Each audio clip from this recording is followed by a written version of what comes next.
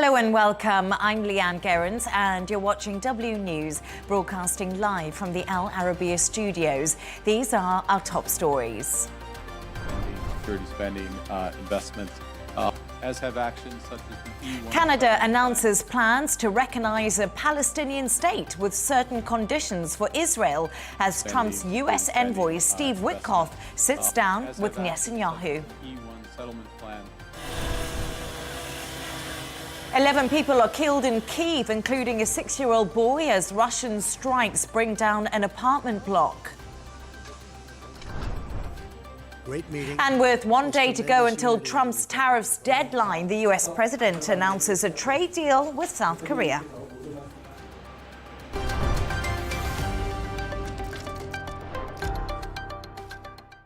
Now, Canada's Prime Minister, Mark Carney, has announced plans to recognise a Palestinian state if Israel agrees to certain conditions. It follows the same decisions of both the UK and also France. However, US President Donald Trump has said Canada's move threatens a trade deal with the United States.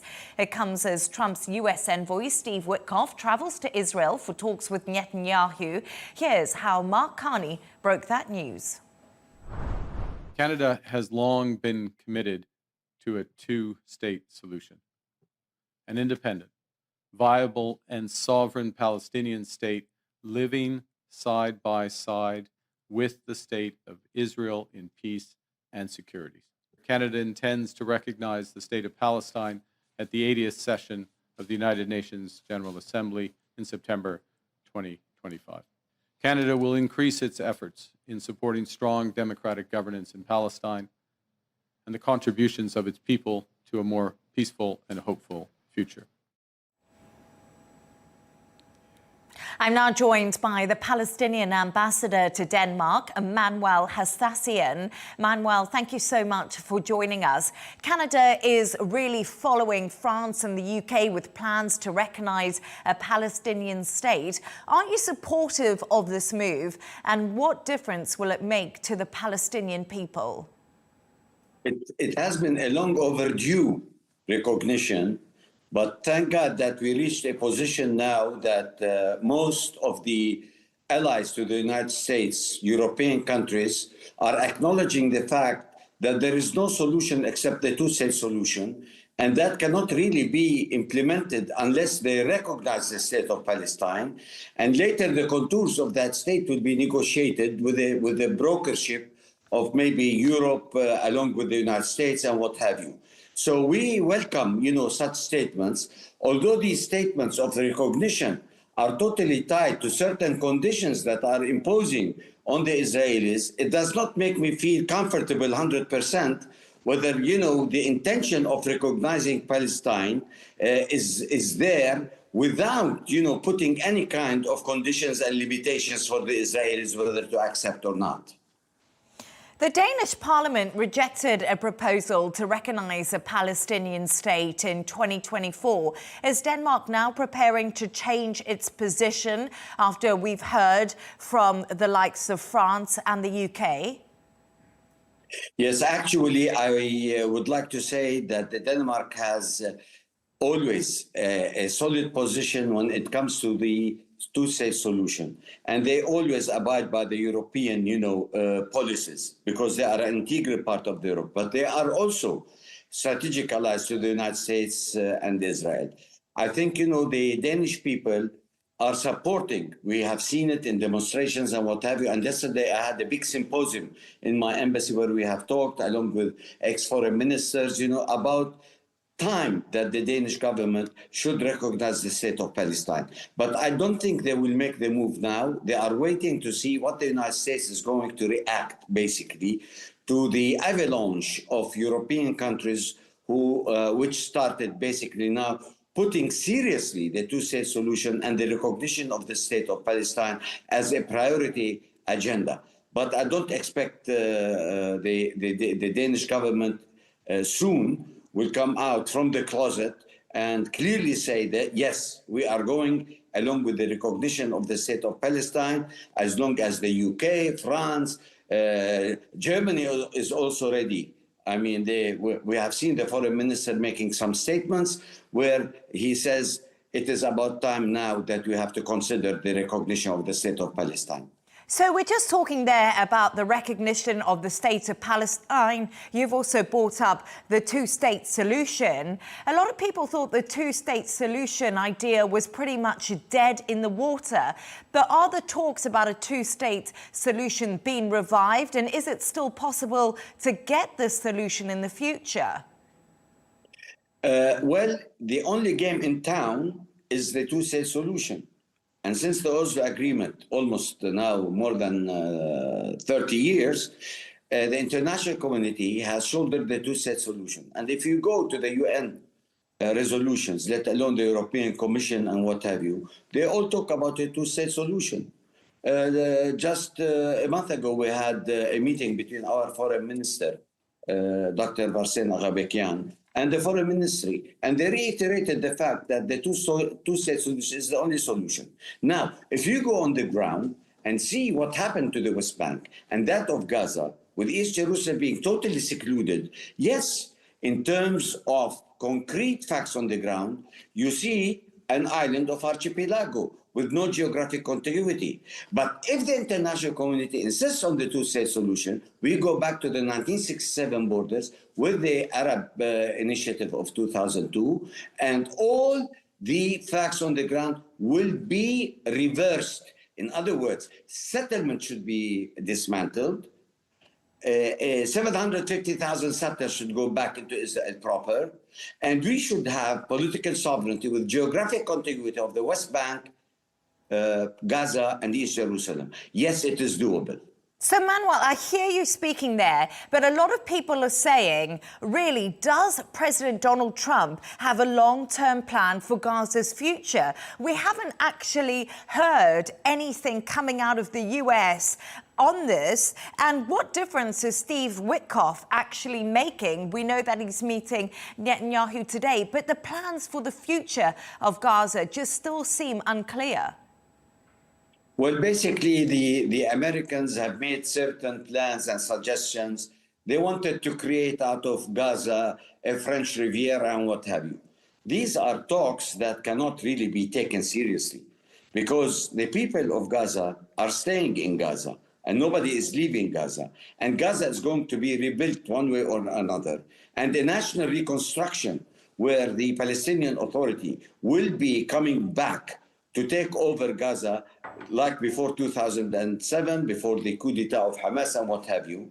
And we are going to go into the process. We need the Americans not to interfere in the national reconstruction. We don't need them to interfere in our internal business. We don't want them to interfere whether the Arabs and Europeans are going to help us in rebuilding Gaza. All we need from them just to sit idle, not to interfere in our business, because we can arrange our affairs with our brothers, the Arab states, let alone also really true European countries that are concerned in the process of building, the Palestinian state. And it is due now for the United States to understand that self-determination is inevitable for the Palestinian people for their freedom and independence. So you don't think that Gaza and the Palestinian state will need finances from the US to rebuild? Do you think Arab countries will be able to comfortably finance this? Because it's going to cost billions to get Gaza back to where it was pre this war that we've seen. I totally agree with you. We need billions, and we have billions, and we have trillions in the Arab world, and let alone Europe and Asia and all our allies, who will be ready to help us in the national reconstruction and in the rebuilding of Gaza. Let me tell you something. Since the Oslo Agreement, we had a certain commitment by the United States of paying the authority $500 million. Go check the records. More than 15 years, we didn't receive a penny from the Americans, and we survived, man. So we don't need American money. Manuel Hassassian, the Palestinian Ambassador to Denmark, thank you for your thoughts and insights this evening. We can now go live to Herzliya in Israel to speak to Middle East correspondent and author Yotam Confino. Yotam, a pleasure to have you on the show. Will Canada's decision to recognise a Palestinian state actually make any difference to Israel? Will we see anything change as a result of what we're hearing from the likes of the UK, France and Canada? I don't think so. Israel is essentially telling all of those nations that they are rewarding Hamas, they're rewarding terrorism by recognizing a Palestinian state, while Israel is still fighting to get those 50 hostages out who are still held in horrific conditions inside Gaza. So Israel will not change any of their policies just because these countries recognize Palestine. But I would say what's interesting here is that Canada is saying, well, we will recognize a Palestinian state, but we have a few conditions. Those conditions are very important. He's saying, the Canadian Prime Minister, he's saying, we need elections, first of all, because there hasn't been elections for the Palestinians in 20 years. The PA needs to be revitalized. It's deeply corrupt. And also, a Palestinian state needs to be demilitarized. Now, those three conditions are going to be very difficult for the Palestinians to live up to. First of all, because the Palestinian Authority is and remains extremely corrupt and very unpopular among Palestinians. And I'm not so sure that the Palestinian Authority or Islamic Jihad or Hamas or any other Palestinian entity is ready to lay down their weapons.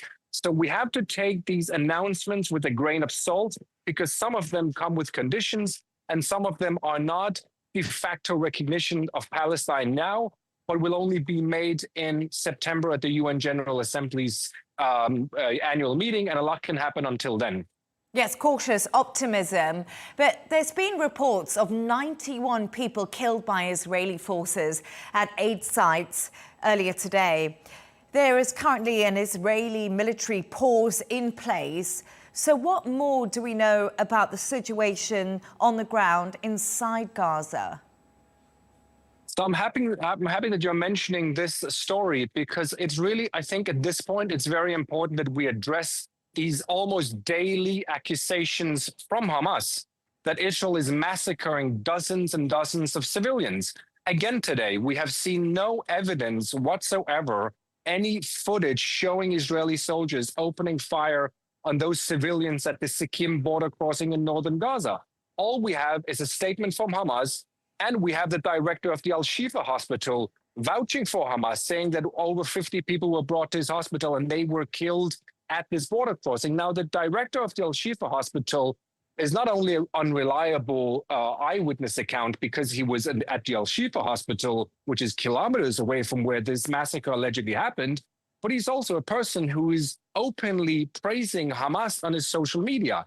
So I would say when we come with these very, very aggressive, serious accusations of mass murder, we need a little bit more than a Hamas statement and a Hamas supporter from a hospital saying that this happened. That being said, the situation in Gaza is horrendous. The civilians are still paying the price for Hamas and Israel fighting, and Hamas and Israel are still fighting, despite 3 areas in Gaza having humanitarian pauses. But the rest of Gaza is still a battlefield, and Israel is still going after Hamas relentlessly. And I do hear what you're saying, Yotam, but it's very difficult for international journalists. We're not allowed into Gaza to report or look at the situation. So as you do mention, the figures can be unclear. And we're also hearing about deaths from malnutrition too. But the aid situation is also desperate in the country. And that's something Israel is also not really getting a hold of, that many people are seeing. Absolutely. Look, Israel has made a tremendous mistake from day one by blocking international journalists from entering Gaza. It's a horrendous decision. It's appalling. All of us would like to go into Gaza to see with our own eyes what is happening, instead of having to rely on a terrorist organization which beheaded people and raped people on October the 7th. It is appalling that Israel is not allowing us to go in there. And of course, when it comes to aid, again, we would like to be there to actually see what's happening, because the UN and Israel are still accusing each other of not really making this situation any easier for the civilians. That being said, after this tremendous campaign that was launched last week, first by Hamas, but then by NGOs accusing Israel of starvation, also showing horrendous images from Gaza. Since then, aid is coming into Gaza in much bigger amounts. Just in the past 48 hours, more than 400 trucks were picked up by the UN at border crossings. Unfortunately, a lot of them are also being looted, as you've shown here on your screen. But in addition to that, you have the American-backed NGO that every single day hands out millions of meals to Palestinians. So even though the situation is extremely dire, there's still starvation in certain areas of Gaza, aid is being airdropped, as you also show here. It's coming in through border crossings, but it needs, of course, to be sped up, both by Israel and by the NGOs. And Yotam, before I let you go, I just want to have a quick conversation about the US envoy, Steve Witkoff. He's, of course, arrived in Israel today for peace talks. It's his second visit, actually, this year. How much sway does Witkoff actually have with Netanyahu? Is he seen to be an extension of Donald Trump, who many believe holds the ultimate power when it comes to Israel? Absolutely. Steve Witkoff has been praised by Donald Trump several times. He trusts him. And Steve Witkoff is speaking on behalf of Donald Trump. So when he's meeting Netanyahu today, I'm sure that he's trying to pressure Netanyahu into more concessions. If he has any luck with that, that remains to be seen. But of course, Steve Witkoff is there to try and solve the problem, despite both US and Israel saying that Hamas remains the obstacle to a ceasefire because they refuse to take the offer that's on the table, a 60-day ceasefire. They keep adding new demands. They keep dragging their feet. And that's mainly because there's so much pressure on Israel internationally now that they are standing on the sideline enjoying how Israel is being vilified. But Steve Witkoff is one of the few people that can actually help solve this conflict. The other crucial partner, mediator, is, of course, Qatar, which is housing Hamas. They are de facto the ones that can strong-arm Hamas into making more concessions. Yotam Confino, Middle East correspondent and author, thank you for joining us.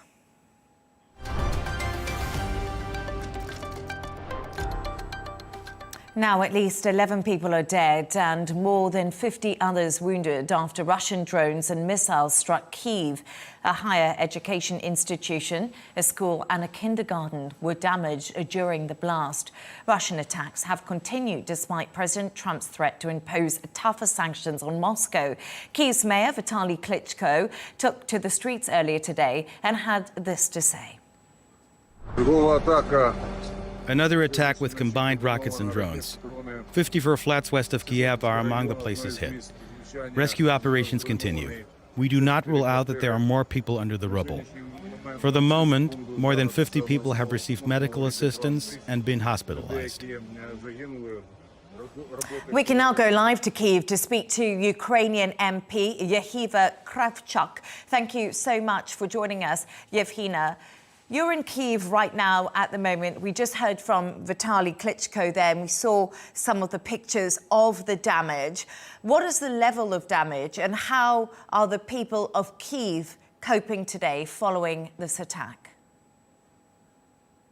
Thank you for covering this this attack, because it looks like a new normality that these bombings can go on, and it's it's normal. It's another short story. At the beginning of the war, you would have a lot of TV channels showing, but now, unfortunately, it's getting less and less attention. I can say that by new information, we have 14 people dead.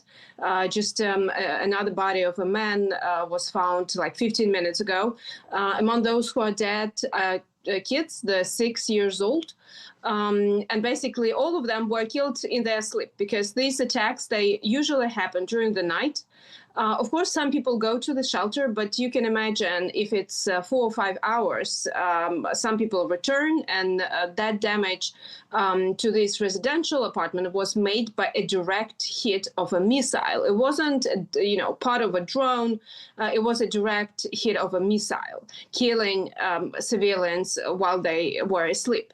Kyiv is a big city. We have at least 3.5 million people living there. So we have a lot of neighborhoods.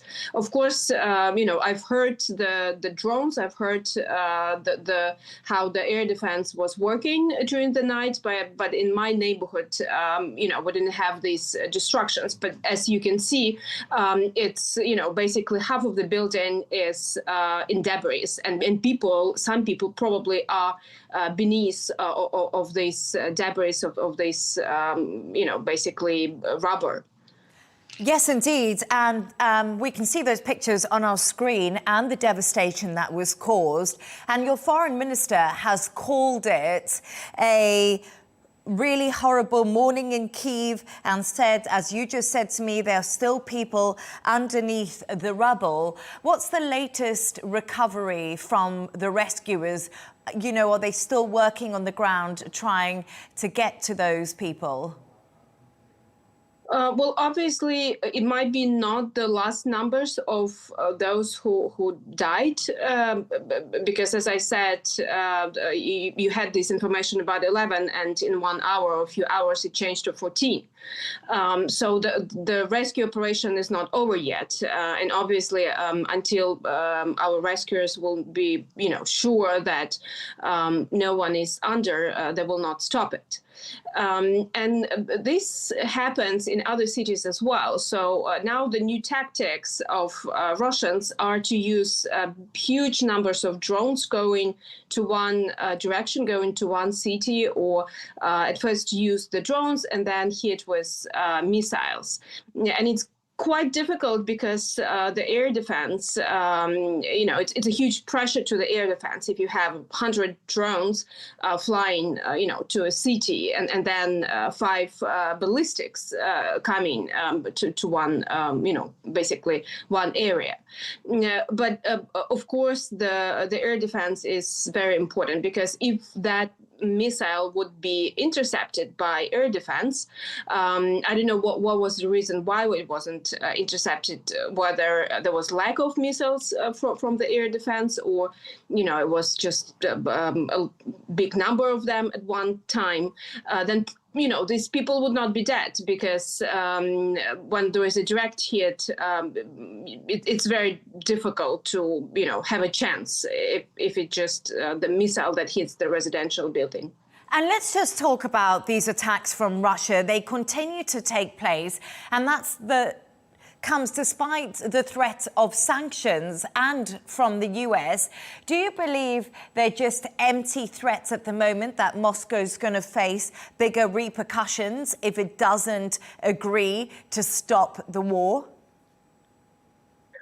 Well, I will tell you that Ukrainians were quite surprised when at first President Trump said about 50 days, basically giving the license to kill Ukrainians for 50 days, to do the attacks. Now we hear that President Trump is, been actually seeing all of these attacks. He said that, last time, and the last news that I read from the United Nations representative of United States, that President Trump wants to see the peace deal, or, a ceasefire or whatever, on August 8th. But, it's just a very simple explanation. Russia will terrorize Ukraine, by the time they can do it. So if basically there are no rules, no one can do anything with Russia, they will continue. So we do hope that these sanctions, it's not something that is on the table that never will be used. And I'm sure that the civilized world is much stronger than one terrorist state, and the economy of which is much less, and even the military production is still less than all of the allies from the West. Ukrainian MP Yevhenia Kravchuk, thank you so much, and do stay safe. Thank you for having me.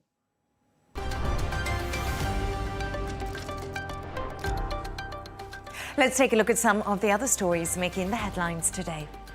Extreme weather has killed at least 60 people in northern China over the past week. Out of those deaths, over 30 took place at a nursing home in the northeast of Beijing. Heavy rain began a week ago and peaked around Beijing and surrounding provinces on Monday. A Colorado dentist has been jailed for life after poisoning his wife's protein shakes before later delivering a fatal dose of cyanide. Authorities said James Craig had searched the internet for information on how to make a murder look like a heart attack. His defense maintained his wife planned to die by suicide. Former U.S. Vice President Kamala Harris has ruled out speculation she plans to run for governor of California. Harris said she would not run for office now, leaving the door open for a possible presidential bid in 2028. According to close allies, the former VP could start a non-profit or lead a policy think tank. And at least 16 flights to and from London's Heathrow Airport were cancelled on Thursday, a day after technical problems with air traffic control systems caused disruption. Airlines are demanding answers after more than 150 flights were cancelled. The UK's Transport Secretary Heidi Alexander has said she's meeting with the chief executive of NATS today.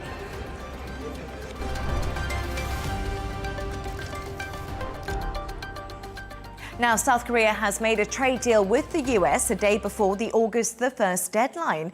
Tariffs are due to be hiked to 25%, but the two countries have now agreed to 15%. The new rate does not apply to crucial areas of the South Korean economy, such as steel and aluminium, which stay at 50%. Camille Nedelec has more. South Korea's president may be breathing a sigh of relief, but its people are not.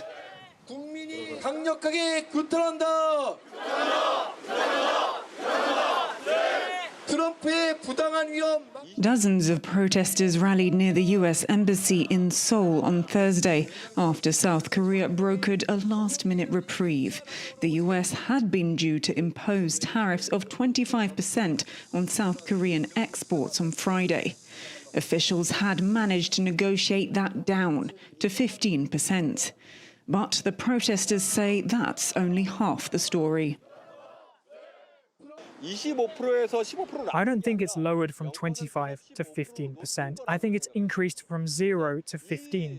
That's why I'm very worried about this negotiation. The agreement means US agricultural products and cars will have full access to the South Korean market without any levies.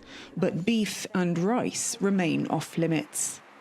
It is true that there were strong demands from the United States to further open our agricultural and livestock markets during negotiations, but we agreed not to further open the rice and beef markets, given the food security and sensitivity of the agricultural sector. The deal also demands South Korea invest some $350 million in US projects, including shipbuilding, computer chips and batteries.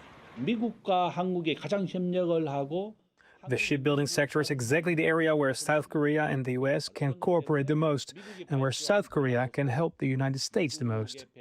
The time frame of those investments and how South Korea would fund them weren't specified. South Korea has also pledged to spend $100 billion in buying US energy. And US President Trump said there would be more South Korean investments to come. Despite being a close US ally, South Korea has been caught in the crosshairs of the White House over its growing trade surplus. Last year, that surplus clocked in at more than $55 billion, a jump of a quarter within a year. Camille Nedelec, Arabiya English.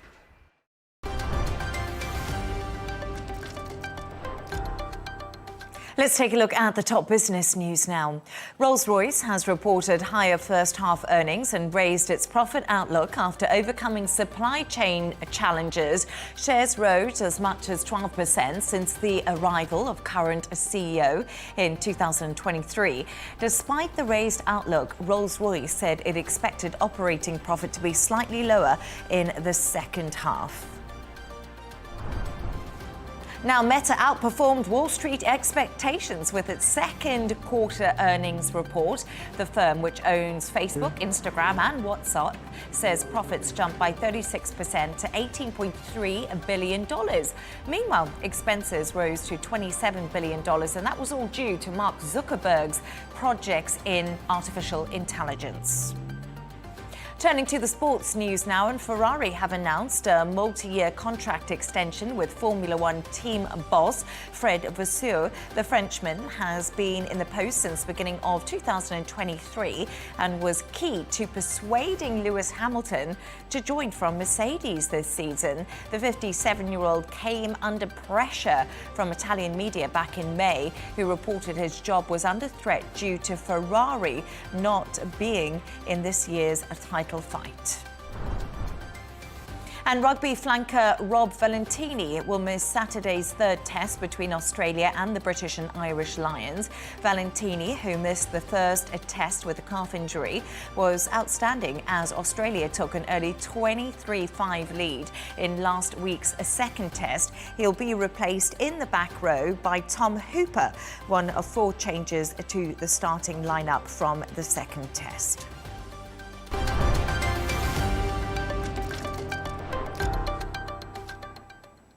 Now, the Federal Reserve Chair, Jerome Powell, has warned Donald Trump not to meddle in the central bank as he continues to defy pressure from the US president on lowering interest rates. Powell says there should be distance between politics and the Fed. On Wednesday, the FOMC kept interest rates at 4.5% for the 5th time in a row. Here's how President Trump reacted to that very news.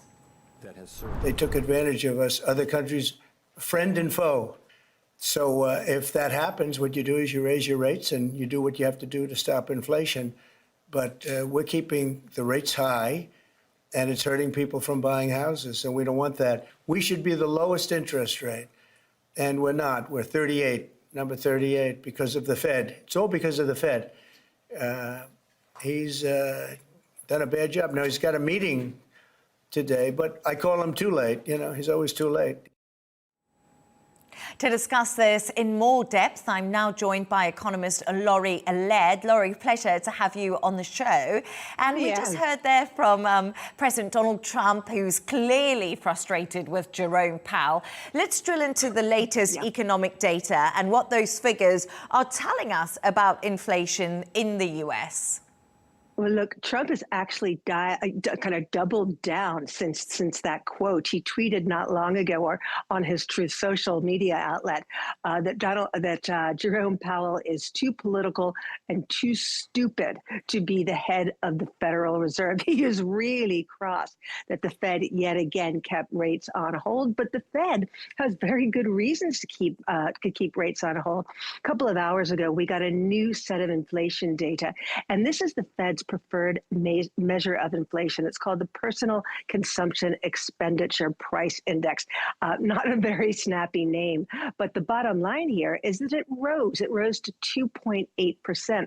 It is going in the wrong direction. Remember, the Federal Reserve, in conjunction with a lot of other central banks, has a remit to keep prices stable, and that is broadly defined as keeping inflation at 2%.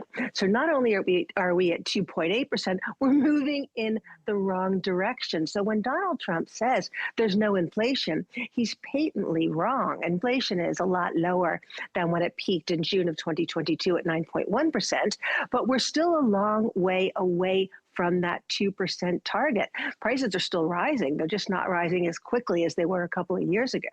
So PCE data wasn't that positive, but yesterday there was positive economic news. Second quarter GDP rose more than was actually expected. But Laurie, I wonder if this is down to stockpiling in the earlier part of the year ahead of tonight's tariff deadline. Is that what we're seeing?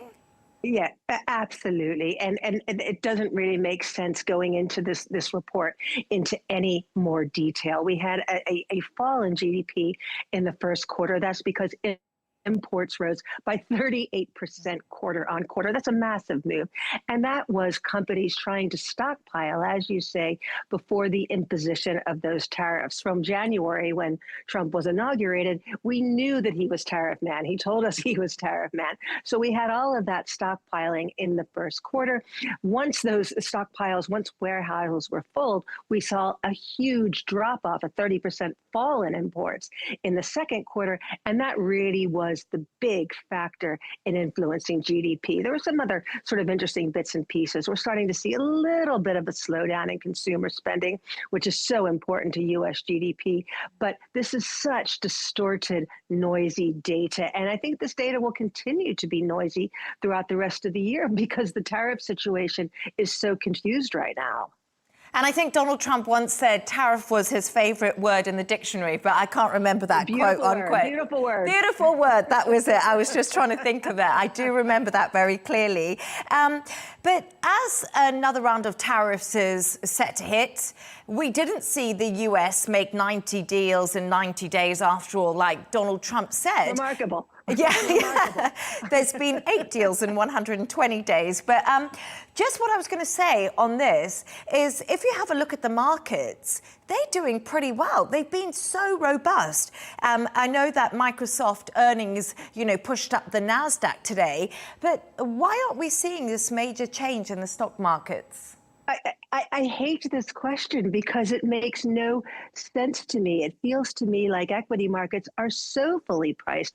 And not only do we have this tariff uncertainty, and it's not just deals that haven't been done yet, Leigh-Ann. Some of the deals that have been done are subject to, they're only half done, and they're subject to change. We saw Mark Carney being saying that he wants to recognize Palestine as a separate state, and Donald Trump saying, wait a second, we might have to renegotiate a trade deal. So none of these deals are written in stone, even when we think they're established. So we have the tariff uncertainty. We have the uncertainty over the massive overspend in the U.S. government. That means a much bigger issuance of bonds. Who's going to buy this stuff? A big uncertainty. So the fact that these and the uncertainty over the independence of the Federal Reserve and all of these, this battle that Donald Trump has taken on with Jerome Powell, these are massive uncertainties.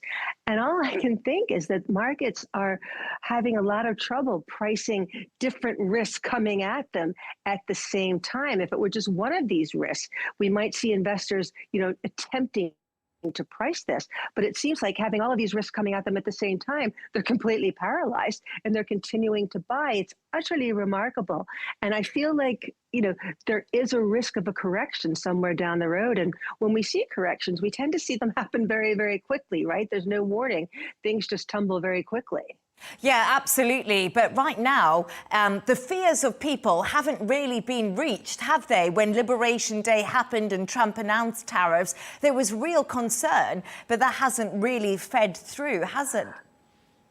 And I think that's an excellent point. I think there was such talk of all of these apocalyptic things, outcomes that would happen with the tariffs. Oh my gosh, I said that word. Very dramatic things would happen with this government overspend. These things have not come to pass. Perhaps that has created a false sense of security. And we talk a lot about how you mentioned Meta earnings, and we talk a lot about how stock market increases have really been powered by these tech companies, but we're seeing it further down in the industrial, in the bank, in the financial sector as well. While we're seeing the biggest gains in tech, we're seeing some broad-based gains as well. So the entire stock market is really priced to perfection right now. And I think that is what Donald Trump is liking. Economist Laurie Laird, thank you so much for joining us.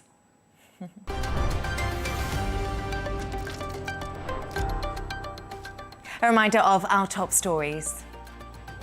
Canada announces plans to recognize a Palestinian state with certain conditions for Israel as Trump's US envoy Steve Witkoff sits down with Netanyahu. 11 people are killed in Kyiv, including a 6-year-old boy, as Russian strikes bring down an apartment block. Great and meeting. with 1 day to go until Trump's tariff deadline, the US president announces a trade deal with South Korea.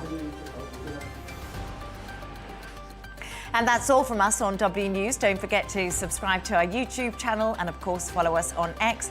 G&T is coming up next. Plus, we'll be back in a couple of hours with W News Extra. Goodbye and thank you for joining us.